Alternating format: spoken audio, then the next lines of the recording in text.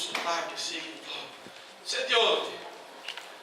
Eu falei, olha, eu sou pernambucano, naturalizado pessoense, radicado em São Bernardo do Campo, e ano que vem eu não sei o que você é, porque literalmente pode ser que nós possamos estar indo para fora do Brasil, e Deus ele tem seus projetos, ele tem a sua direção, o reino é dele, ele faz como ele quer.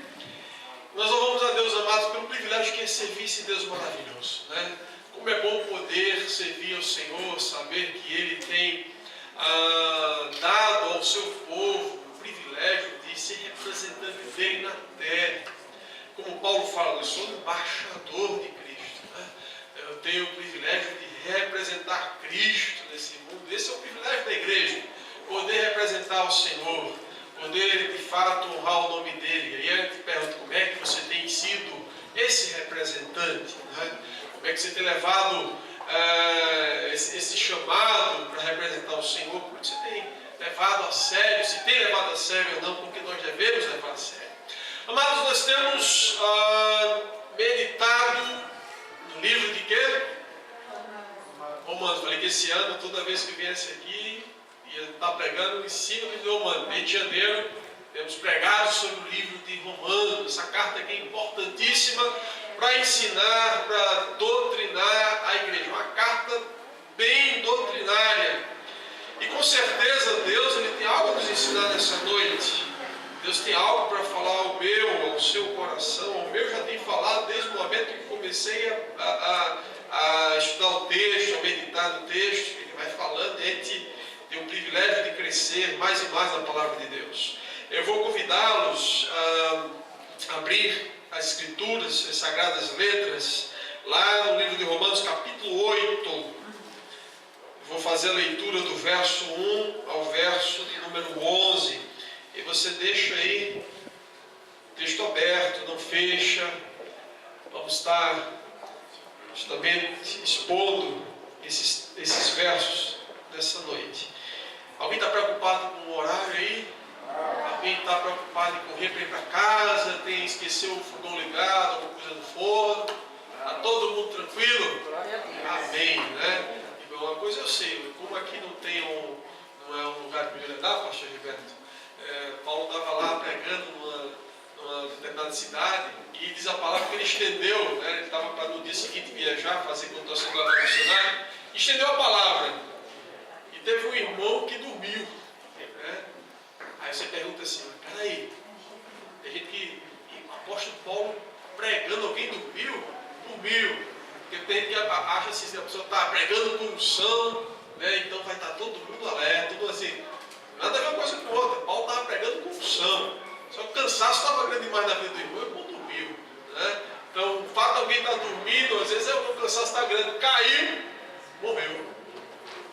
Aí Paulo foi lá, orou, e ele recobrou a vida, né? Ressuscitou novamente, né? Então, queridos, é assim, né? Então, o importante é a gente estar buscando ao Senhor. E aí eu começo a ver, né? O que Deus queria naquela noite. Deus fez Paulo, às vezes, de propósito, entendeu? O discurso queria ensinar algo, mas queria fechar aquela reunião com um grande milagre. Queria deixar um marco muito grande naquela comunidade, de um grande milagre acontecendo ali naquele meio. E aquele irmão ali, com certeza, olha, pode testemunhar todo dia da sua vida, dizendo, não durma não, que Paulo não está aqui mais não, mas Jesus está aqui. Amém. E onde Deus está, queridos, Deus faz coisas grandes, milagres acontecem para o louvor e glória do seu nome. Amém? Todos acharam? Diz assim o texto da palavra de Deus. Agora, pois, já nenhuma condenação há para os que estão em Cristo Jesus, porque a lei do Espírito da vida em Cristo Jesus te livrou da lei do pecado e da morte. Porquanto o que for impossível à lei no que estava enferma pela carne, isso fez Deus, enviando o seu próprio Filho em semelhança de carne pecaminosa e no tocante ao pecado, e com efeito condenou Deus a carne e o pecado, a fim de que o preceito da lei se cumprisse em nós, que não andamos segundo a carne, mas segundo o Espírito. Porque os que se inclinam para a carne cogitam da das coisas da carne, mas os que se inclinam para o Espírito das coisas do Espírito. Porque o pendor da carne dá para a morte, mas o do Espírito para a vida e paz. Por isso, o pendor da carne é inimizade contra Deus, pois não está sujeito à lei de Deus, nem mesmo pode estar. Portanto, os que estão na carne não podem agradar a Deus. Vós, porém, não estáis na carne, mas no Espírito, se de fato o Espírito de Deus habita em vós. E se alguém não tem o Espírito de Cristo, esse tal não é dele. Se porém Cristo está em vós, o corpo na verdade está morto por causa do pecado, mas o Espírito é vida por causa da justiça. Se habita em vós o Espírito daquele que ressuscitou a Jesus dentre os mortos, esse mesmo que ressuscitou a Cristo Jesus dentre os mortos, vivificará também o vosso corpo mortal por meio do seu Espírito que em vós habita. Vamos orar mais uma vez, queridos. Senhor, nós te louvamos por tua palavra. Oh Deus, muito obrigado, porque só a leitura dela já fala ao nosso coração. Oh Deus, porque é o teu Espírito que conduziu todo esse processo, a palavra do Senhor, inspirada, e assim tem que ser, Pai. E nós temos um privilégio, Pai, oh Deus, nessa noite, de poder ter a tua palavra em nossas mãos. Tem tanto cristão, Pai, servo do Senhor, irmãos nossos, que estão em outros países desse mundo, oh Deus, que aceitaram Jesus como Senhor e Salvador das suas vidas, mas ainda não tem a Bíblia traduzida do seu idioma, Pai. Oh Deus, por esses nós te pedimos que o Senhor possa estar levantando irmãos com capacidade intelectual para estar traduzindo a Escritura, Senhor amado, para continuar abençoando, Senhor amado, esse mundo, tua palavra, e assim se cumprir mais e mais a tua palavra que diz, a tua profecia que o Senhor deu, oh Deus amado, o teu profeta, que disse que a terra ia se encher do conhecimento do Senhor, assim como as águas cobrem o mar. E muito obrigado, porque essa palavra tem nos alcançado. Te louvamos por tudo, no nome de Jesus. Amém, Senhor. Podem sentar, queridos.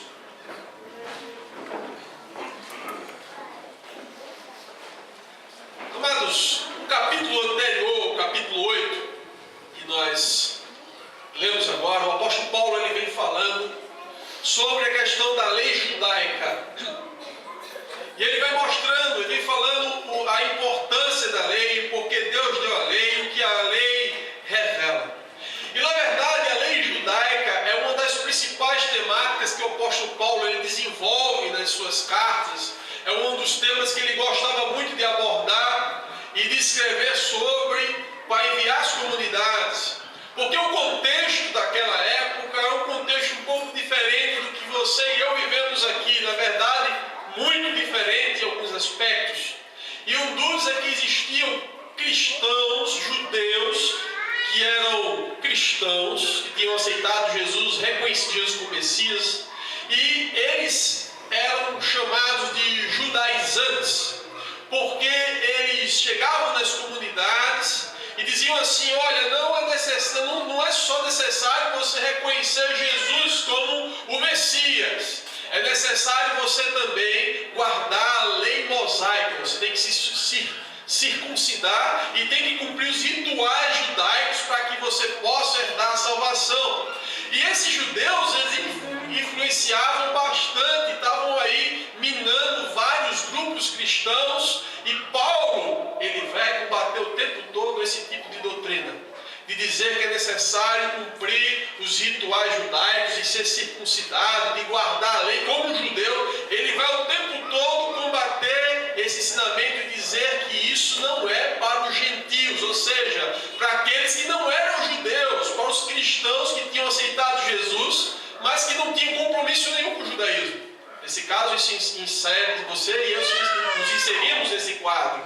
Nós não somos judeus, por isso mesmo nós não precisamos justamente cumprir determinadas exigências judaicas do judaísmo. Então Paulo ele compra essa guerra, ele vai encarar e vai bater de frente contra esse grupo o tempo todo. E aí ele vai estar no capítulo 7, justamente falando da lei novamente. E queridos, a lei, o que é essa lei mosaica? O que significa isso? O que a lei diz? A lei, na verdade, era um conjunto de regras e mandamentos que que serviu para estabelecer a conduta correta que o servo de Deus deveria ter com Deus, isso dentro do contexto judaico, um judeu, e não só a conduta correta em relação ao proceder com Deus, mas o proceder com o próximo e o proceder também com a natureza. Então a lei ela trazia uma série de mandamentos. Por um lado, e Paulo vai dizer isso, olha, a lei ela é boa demais, a lei mosaica, o que Deus revelou a Moisés, essa lei é muito boa, porque a lei revela, sabe quem? Revela o caráter santo de Deus. A lei está mostrando que Deus é de fato um Deus, sabe, zeloso, é um Deus que tem um caráter diferenciado das suas criaturas, é um Deus de pureza. E Paulo vai defender esse aspecto bom da lei. A lei vai estar o tempo todo mostrando, apontando a santidade e o caráter de Deus. E por esse ano, a lei foi maravilhosa, a revelação que Deus deu a Moisés foi linda, foi maravilhosa. Porém, Deus tinha um outro projeto com a lei também.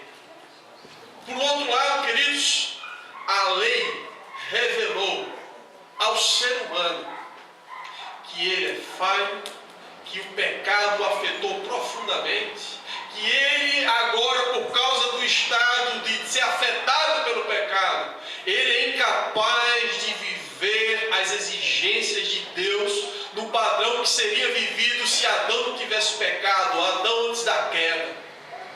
A lei está apontando para o tempo todo para a nossa impotência de andar na presença de Deus.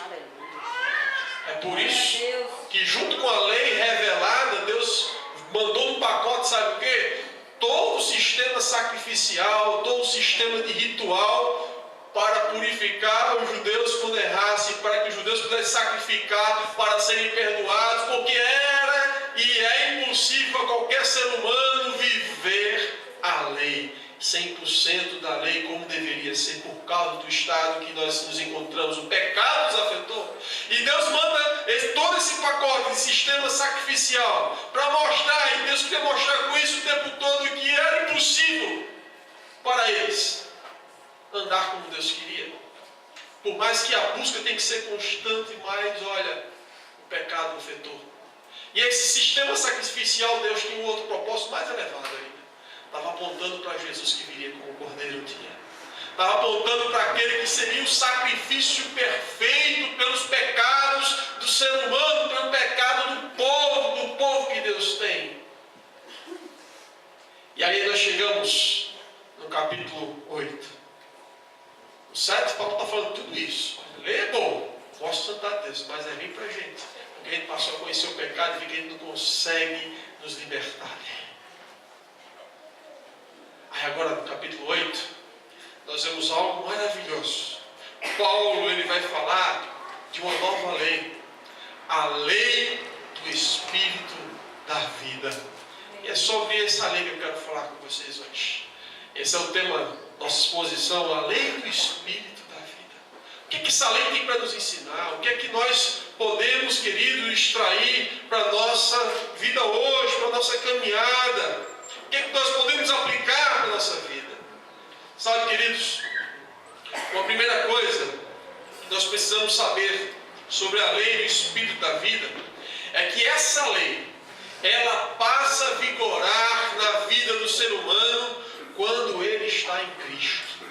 E diz o versículo número 1 e o versículo número 2: agora, pois, já nenhuma condenação há para os que estão em Cristo Jesus, porque a lei do Espírito da vida em Cristo Jesus te livrou da lei do pecado e da morte. Amém. Essa lei começa a entrar em ação na vida daquele que se rendeu ao senhorio do Senhor Jesus. É aí que ela vai começar a ter efeito. E Paulo diz, olha, para esses que se renderam a Jesus, agora não vai haver mais nenhuma condenação para eles. Eles escaparam da condenação que está para vir. O pastor Gilberto gosta de falar muito aqui, né? Os dias estão maus. E estão ficando piores. Vão ser assim até a volta de Jesus. Mas, queridos, depois que os dias desse mundo findar, o pior ainda está para vir. condenação eterna é coisa que a gente não é nem capaz de imaginar, de tão angustiante, de tão ruim, de tão horrível que é o que que Deus tem reservado para aqueles que de fato não passaram a ser filho dele, e para as criaturas, além dos seres humanos, tem os anjos caídos, não é, que Deus também tem reservado para esse dia. É coisa terrível demais. E Paulo está falando isso para a igreja: olha, não vai ter mais nenhuma condenação para aqueles que estão em Cristo Jesus. Isso é o motivo que você faz festa todo dia. Você agradecer a Deus todo dia. É na luta, vai ser grato a Deus. Eu estou passando a luta, estou na prova, mas eu sou grato, porque não tem mais condenação sobre mim. Eu sou do Senhor. Eu tenho um futuro. De fato, nós temos um futuro eterno. Glória a Deus, poderoso, aleluia. Alguém pode dizer assim: você não tem futuro não, né? Alguma coisa na vida. Você cala a boca, dizer que eu não tenho futuro. Eu tenho futuro nessa vida e na eternidade, porque eu vou estar eternamente com o Senhor. Que história é essa de não ter futuro? Eu conheço a quem eu sirvo, eu conheço o meu Redentor, eu sei do que Ele me livrou. Glória a Deus. Nenhuma condenação há para os que estão em Cristo Jesus. Está em Jesus? Se rendeu a Ele? Glória a Deus, meu irmão. Porque o que Deus tem reservado é coisa linda para esses, né? E Paulo vai começando a falar justamente da lei da vida nesses termos, porque essa lei começa a vigorar na vida daqueles que receberam Jesus, e ela passa agora a gerar os seus efeitos maravilhosos. Mas a segunda coisa, querido, que nós precisamos saber sobre a lei do Espírito da vida é que ela só entrou em vigor porque o próprio Deus se dispôs a pagar um preço altíssimo para que essa lei pudesse vigorar hoje.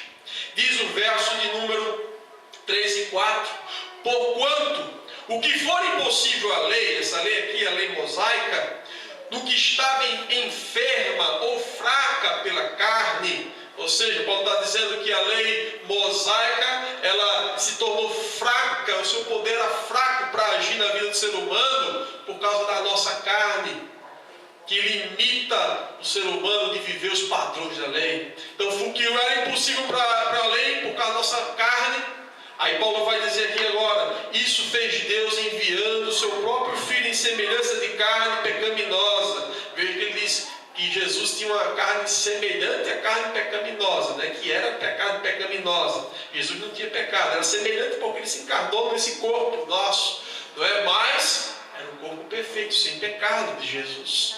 Em semelhança de carne pecaminosa, e no tocante ao pecado, e com o efeito, condenou Deus na carne o pecado. O sacrifício de Jesus, Paulo está dizendo aqui.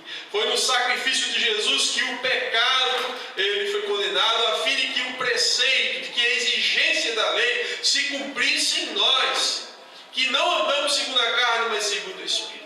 Olha o preço, querido, que Deus ele teve que pagar e se propôs a pagar para que a lei do Espírito da vida pudesse fazer parte agora da existência do ser humano, pudesse ser desfrutada por um mortal, por um pecador, merecedor da condenação eterna.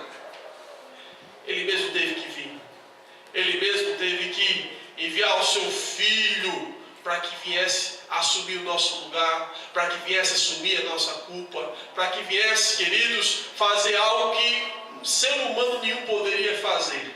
Não tinha ninguém que pudesse morrer naquela cruz e pudesse justificar outro. Só alguém que não tinha pecado para fazer isso. Só um verdadeiro substituto, não um cordeiro perfeito, que não era merecedor da morte, que poderia justamente ser um verdadeiro e um autêntico substituto para que nós pudéssemos hoje ser livres da condenação eterna e pudéssemos desfrutar dessas promessas maravilhosas. Mas o preço foi alto.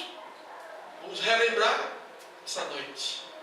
A ceia nos lembra justamente esse alto preço que Jesus Cristo pagou, primeiro para a glória do Pai e segundo porque Ele nos amou. É isso que nós vamos desfrutar nessa noite. A nossa mente tem que se encher de uma memória que nós não temos, porque nós não vimos Jesus ser crucificado. Mas pela fé nós podemos começar a enxergar essas coisas. Pela fé nós começamos a alcançar. E uma fé, meus irmãos, que é fruto da nossa experiência com Deus, porque nós entendemos o significado do que aconteceu há 2000 anos atrás. A nós foi revelado isso. Não são todos que entendem. Para muitos é uma história, para muitos é um homem ético da história, um personagem que pisou nesse mundo, que ensinou princípios morais, princípios éticos. Mas para aqueles que se renderam a Ele, para aqueles que conheceram esse Jesus que ressuscitou dentre os mortos, sabe, meu irmão, minha irmã, que Jesus é Salvador, que Jesus é libertador, que Jesus é aquele que restitui na integridade a dignidade da existência. Glória a Deus. É esse Deus que nós estamos falando. É isso que esse ato vai nos lembrar o tempo todo.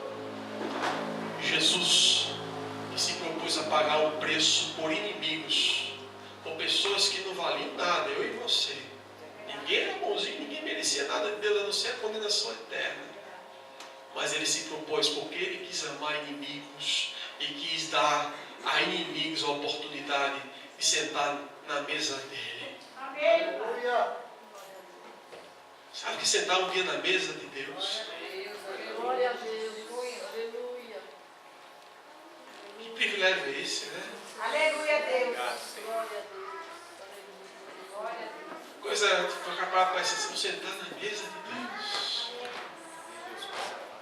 Vai estar lá Abraão, Isaac e Jacó, pessoas da mais alta, né, elevada, vamos dizer assim, moral e exemplo. Mas, que bênção, vou estar sentado ao lado deles. Mas eles não são principais na mesa. O principal é o próprio Deus. O principal é o próprio Senhor Jesus que vai estar lá. E eu vou estar sentado toda. Que mesa gigante é essa? Porque Deus vai colocar todo mundo sentado lá. A mesa é para todos, não vai ter um servo de Deus que vai ficar fora dessa mesa. Bem verdade que alguns estão em lugares mais de honra do que outros lá. Jesus que te falou, lembra da mãe falou, olha, o Senhor manda, deixa que meus filhos sentem uma à tua direita e outra à tua esquerda. Aí Jesus falou, calma. Aí eu não posso garantir, porque isso é só para aqueles que o Pai já reservou. Tem lugares reservados lá diferentes nessa mesa. Mas, meu irmão, todos vão estar na mesa. Aleluia. Glória a Deus. E isso é motivo de glorificar a Deus, sabe? De agradecer a Deus, porque isso é coisa linda demais que Deus tem preparado.